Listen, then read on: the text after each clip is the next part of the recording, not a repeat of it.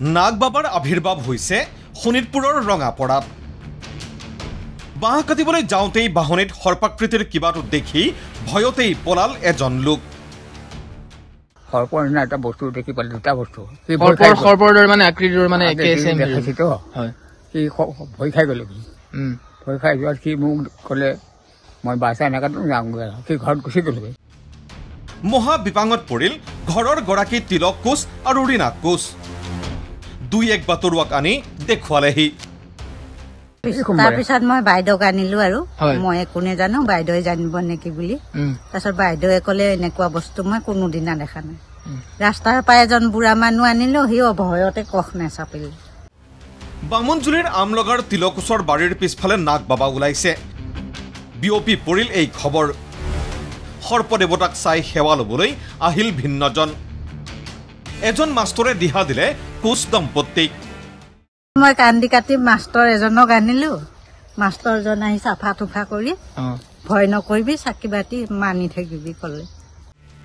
সহজ সৰল বৃদ্ধ দম্পতীয়ে একো আও ভাও নাপাই যিয়েই যিহকে কৈছে তেনেকৈয়ে কৰি গৈ থাকিল। কথাটোৱে ইতিমধ্যেই ৰজন জনাই গ'ল ৰঙাপৰা অঞ্চল। পৰিলগৈ ৰঙাপৰা মহাবিদ্যালয়ৰ উদ্ভিদ বিজ্ঞান বিভাগৰ সহকাৰী প্ৰবক্তা শুভম ৰয়ৰ কাণত।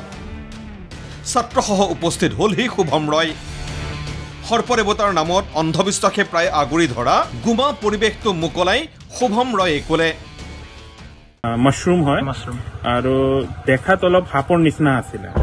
তো মানুহবোৰ ভাবিছে কিবা মানে কি সাপ হয় নেকি, কিন্তু এইটো সাপ নহয়, এইটো এটা মাশৰুম হয়, যিটো আপোনাৰ গেলি থকা পচি থকা ঠাইত মানে কি গ্ৰ' হ'ব পাৰে। আৰু ইয়াৰ ওপৰত আমি কাম কৰি আছো, 1 বছৰ হ'ল কাম কৰি আছো। স্মৰ্তব্য ৰঙাপৰা মহাবিদ্যালয়ৰ উদ্ভিদ বিজ্ঞান বিভাগে কাঠফুলাৰ ওপৰত কৰি আছে গৱেষণা। সংগ্ৰহ কৰিছে প্ৰায় 40 প্ৰকাৰৰ কাঠফুলা। আৰু তেওঁলোকৰ শেহতীয়া সংগ্ৰহ হ'ল আমলগাৰ সৰ্পাকৃতিৰ এবিধ বিশেষ কাঠফুলা। ৰঙাপৰাৰ পৰা পংকজ নাথৰ ৰিপৰ্ট, ND24।